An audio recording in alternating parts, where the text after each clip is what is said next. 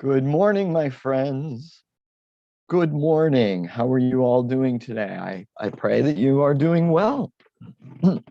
I know some are joining now, some are joining later, whatever it is, whenever time it is. I pray you're doing well. I hope you're having a good start to your day. I hope you've had a good day and you're getting ready to have a good end to it, including some sleep if you're watching this late at night. Oops, excuse me a moment. Gotta silence my phone. Silence. Good morning from Nipa, Ron says. Beautiful day. It's a beautiful day down here in SEPA, or SEPA, South Central, PA, as opposed to Northeast PA, South Central PA. Got to come up with something better than that, right? Ron's checking in on his phone. Ooh, so that means he's watching on the big screen. Good morning, brother. Good to have you with us this morning. By the way, I'm Brian. I'm the pastor here, hence the term PB. That's what that stands for. Yes, I like peanut butter, but that's not why we're calling it that. But I am the pastor here at Christ United Methodist Church in Waynesboro. I love being able to say that. I really do. It's a wonderful place to live, too. And if you've never visited, come stop by Waynesboro. A great place to visit. Lots to see, lots to do.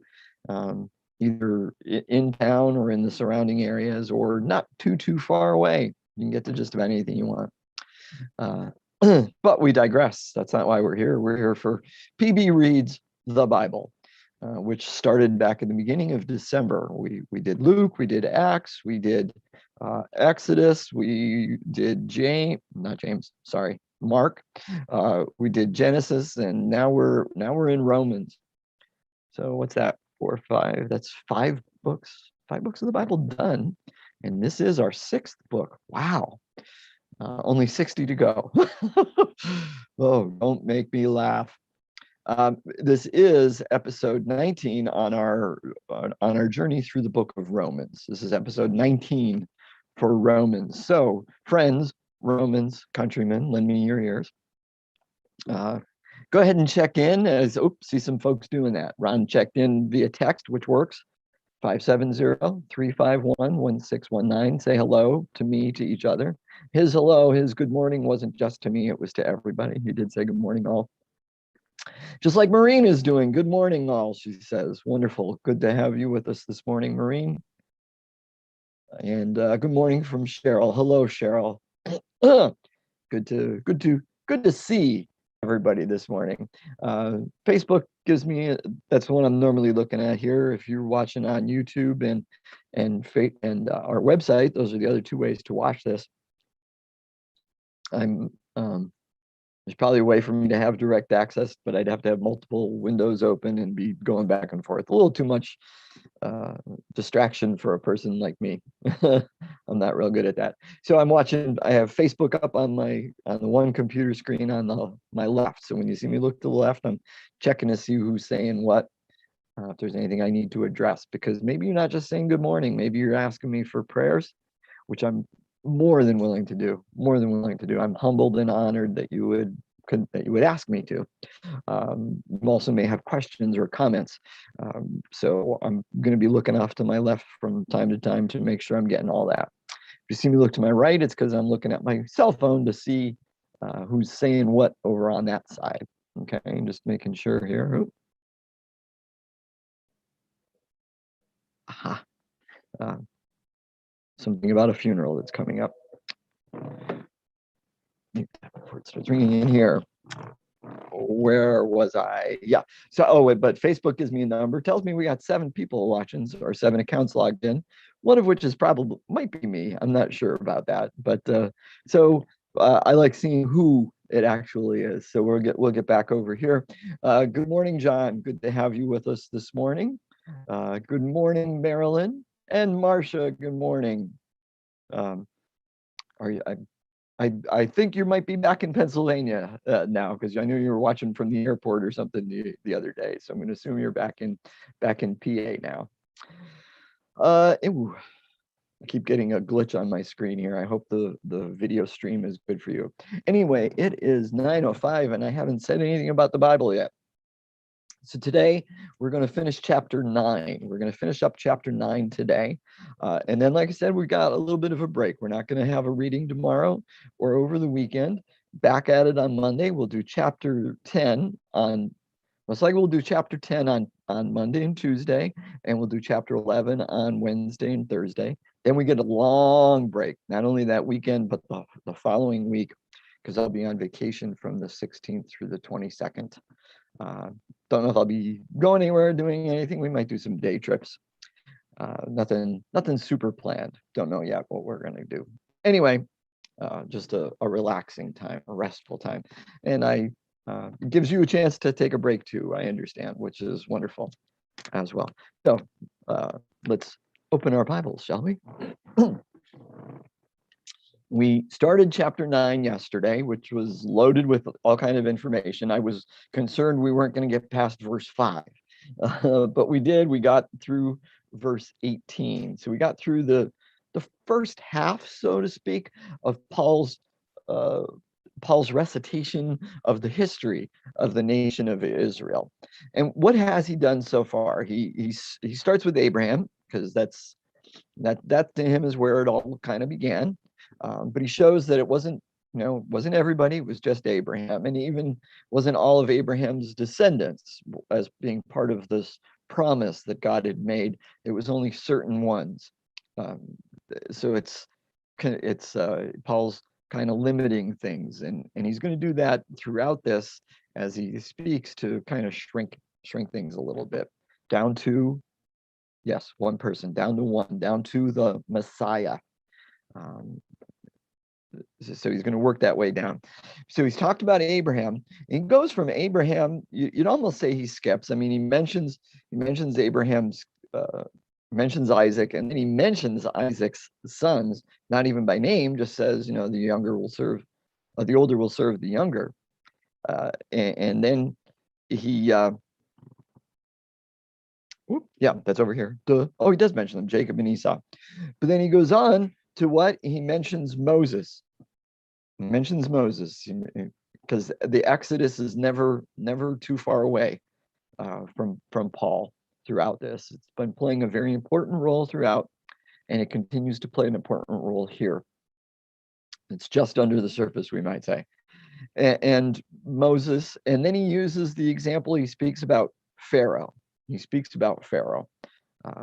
says, I've raised you up, quoting scripture, I've raised you up for the very purpose of showing my power in you, so that my name may be proclaimed in all the earth. So then God has mercy on whomever God chooses, and God hardens the heart of whomever God chooses. Now, depending on how we read that, it can sound, I can't even think of the right word, but it can sound like God is just almost doesn't care, that he, that God does things for no reason whatsoever. It's, oh, God, what? But everything, but we should read it in a different way, where he points out that virtually everything God does has a point and a purpose to it. And what is the point? What is the purpose? Well, it is the purpose of creating this family, of fulfilling the promise that God has made, of dealing with the issue of sin, the problem of sin. And key in there is my name may be proclaimed. We've if you followed through Exodus with me when we were doing that, we talked about that several different times. That God says that, the author has God say that several different times, that God did it to that God's name may be proclaimed, and Moses says that to God and stuff like that. So there's a point, and there's a reason that God that Paul puts this in here, It's coming back farther again and again, as far as God being faithful to God's promises. It's the faithfulness of God. Remember, those are the two questions that even if he hasn't actually asked them, they're the two questions that he's dealing with in this chapter. The unfaithful or unbelieving Israel. What about unbelieving Israel? And what about God's faithfulness? And so he's dealing with both of those questions throughout this. So verse 19, that's where we're picking up. That was a little bit of background, but it was important. Just a refresher, so to speak. So 19, you will say to me then, why does he still find fault? For who can resist his will? Pause. Very rhetorical. Paul knows what the question of any hypothetical opponent, debating opponent would ask at that point. Well, if God can do what God wants to do, if God can harden the heart or not harden the heart, why would God even find fault with me for doing something that I shouldn't be doing? Which is missing the point. Which is missing the point, and taking it and taking the idea of God's will too literally. So Paul goes on, but who indeed are you, human being, to argue with God? Will what is molded say to the one who molds it, why have you made me like this? Has the potter no right over the clay to make out of the same lump one object for special use and another for ordinary use? What if God, desiring to show his wrath and to make known his power, has endured with much patience the objects of wrath that are made for destruction? And what if he has done so in order to make known the riches of his glory for the objects of mercy, which he has prepared beforehand for glory, including us whom he has called, not from the Jews only, but also from the Gentiles? Pause. It's a pretty long thing, but I wanted to read the whole thing. So Paul, we kind of miss it. We probably miss it, at least in part because we're not as fulfilled with.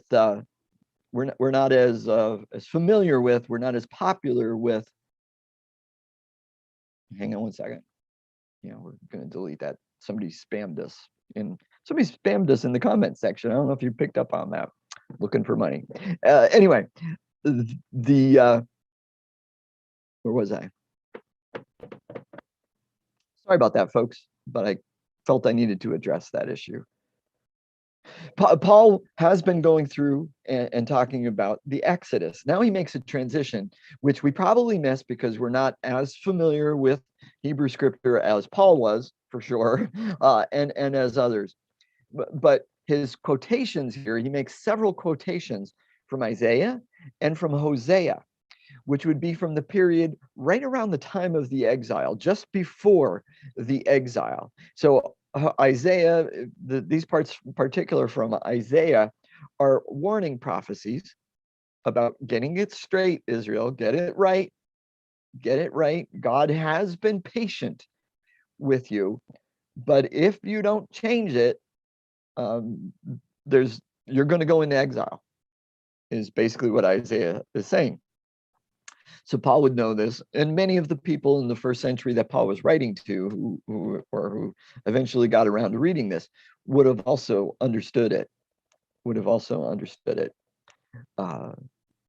That he was inserting those in there and doing so for a purpose. Now, going from the Greek to the English, we can have some trouble, as I pointed out, because it said in verse 22, what if God, desiring to show his wrath and to make known his power, has endured with much patience? That could be translated a little bit differently. NIV translates it very same. What if God, choosing to show his wrath and make his power known? It could be translated a little bit differently, almost like, although God wanted to show God's wrath, God was patient. It's a little bit different. I don't know if you're catching that or not. I'm probably not saying it quite right.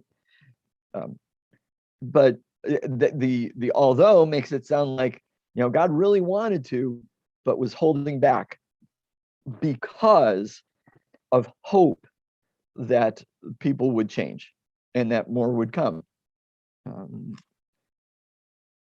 And also, it ties in with some of the ideas of from Exodus, from the story of Exodus and from Genesis, where God was allowing time for the sin of the Canaanites to reach its peak before destroying them. So it kind of ties into that same idea, that same thought, that maybe God was waiting for things to get worse, or God was also waiting for things to get better, in hopes that God didn't have to pour out wrath and destroy. But he's using multiple Isaiah readings there, quotations there, kind of pushed together, including us. And again, the idea there in verse 24, us whom he has called, not only like named, but given that specific task, called into a life of obedience. Calling has the idea of obedience built into it, because that's so important for what Paul was saying earlier about disobedient Israel and the obedient Messiah. So continuing, now we get into the Hosea passages. As indeed he says in Hosea, those who are not my people, I will call my people. And her who is not beloved, I will call beloved. Pause. What is Paul saying at this point? And it's actually very important to understand who Hosea was talking about. He was talking about the nation of Israel. And he's writing on behalf of God, saying that God was saying, those who were not my people, the people of Israel, because of disobedience, I will call my people. And her who is not beloved, Israel, who is not beloved because of disobedience and was sent into exile, I will call beloved. So Hosea is writing this as something good beyond the bad, like go past the exile, through the exile. God is going to use the exile to show God's love and mercy and grace and make something better out of you, truly make you into the people that God had called you to be in the first place, and you will be called my people, and you will be called beloved. And in the very place where it was said to them, you are not my people, there they shall be called children of the living God. Pause. Again, the promise of returning from exile at that point. And because God called you not my people because of your disobedience, but when you return, you will be allowed to return here, and you will be referred to as my children. Continuing, and Isaiah cries out concerning Israel, though the number of the children of Israel were like the sand of the sea, only a remnant of them will be saved. For the Lord will execute his sentence on the earth quickly and decisively. And as Isaiah predicted, if the Lord of hosts had not left survivors to us, we would have fared like Sodom and been made like Gomorrah. So it's the idea of the remnant. Not everybody's going to make it through this, was what Isaiah was saying and prophesying. Not everyone's going to make it through this. But those who do, there will be some who will make it through, and there will be some who make it back to the land of Israel, the geopolitical, or at least the geographical location of Israel. And yes, that is a promise that came true because of the diaspora. There were a couple tribes of Israel that were kind of lost and never returned. And there were others that just chose to not go back. But there was a faithful remnant. So it's not all the people. And Paul's using this to point out this idea of bringing it down to one. But if it hadn't been for God providing for this remnant, we would have been like Sodom and been made like Gomorrah. Of course, referring back to the story from Genesis and the total destruction of those two places where no one made it out alive, except for Lot and his wife and his two kids. But none of the residents, none of the citizens of those towns made it out alive in the story. Okay, so but God will provide for the remnant. That is the big thing there. That's the big deal. Okay, the last few verses of Ooh, I made it through that pretty quick. Last few verses of chapter 9. What then are we to say? Gentiles who did not strive. Ooh, pause. I should have said that before too. Paul again specifically says, in verse 24, including us whom he has called, who he has given a task, who he has invited to have obedience, etc., etc., not from the Jews only, but also from the Gentiles. So it's this creation of this new and big family and all that. Oh, good morning, Don. Joining us. Okay, so it's the Jews and the Gentiles. A lot of people think he's coming down hard on the Jews, but he's not really when we look at it. And his heart is broken by them. Remember that? The beginning of chapter 9, his heart is breaking over this. Oh, that I could be anathema for their sake. What then are we to say? Gentiles who do not strive for righteousness have attained it. That is, righteousness through faith. And what is righteousness? Righteousness is vindication. It's that idea of vindication, and it does have that legal courtroom aspect to it. You've been vindicated through faith. And what is faith? Not exactly belief. That's part of it, but the bigger part for Paul is obedience and trust. Trusting in God's promises. Trusting in God's promises. And what faith? Our faith or Jesus's faith? Or both? And the answer is probably C. It's probably both. When Paul talks about through faith, sometimes he's talking about us having faith. Other times he's talking about the faith of Jesus, not having faith in Jesus, but having the faith of Jesus, which is actually something you're going to be hearing from me specifically in a couple Sundays when we get into Galatians, because Paul talks about it there too. Anyway, and that's in sermons, not in Bible study. We don't know what we're doing yet in Bible study after this, but they've attained it. That is righteousness through faith, vindication through faith. Verse 31. But Israel, who did strive for the righteousness that is based on the law, Torah, did not succeed in fulfilling that law. In other words, disobedient to the law and to what God was calling them to do. Why not?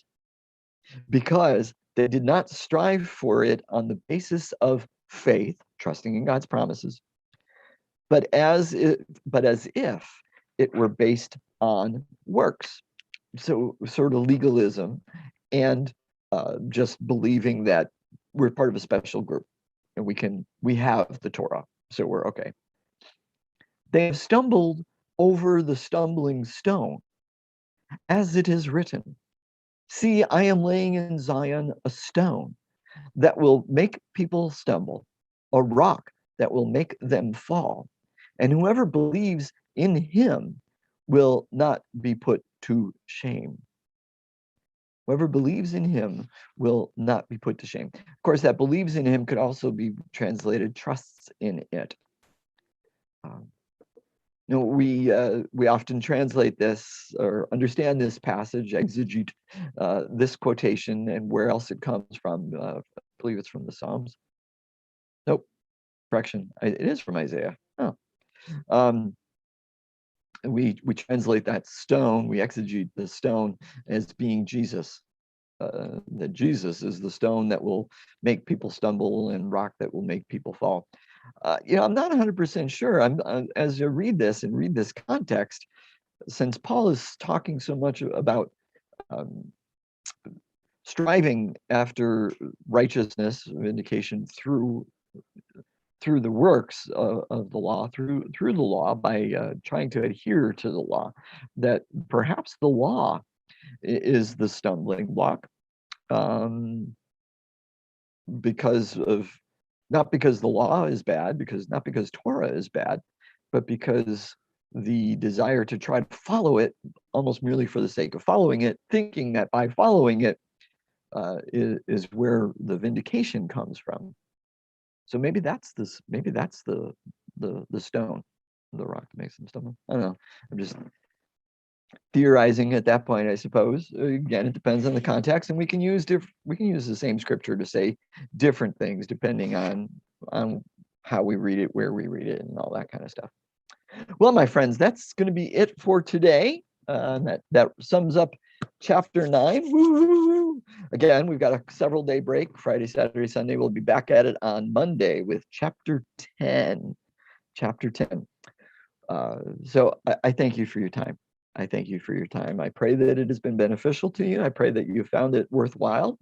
I pray that God has spoken to you in some way through what I've said, through what we've read together, that you've learned something or relearned something as you go about your days. Keep your eyes and ears, physical and spiritual, open to what God is doing in your life. When you see it, say, thank you, Papa. Thank you, Abba. And then tell somebody about it. Until we meet again, my friends, be blessed. Be blessed.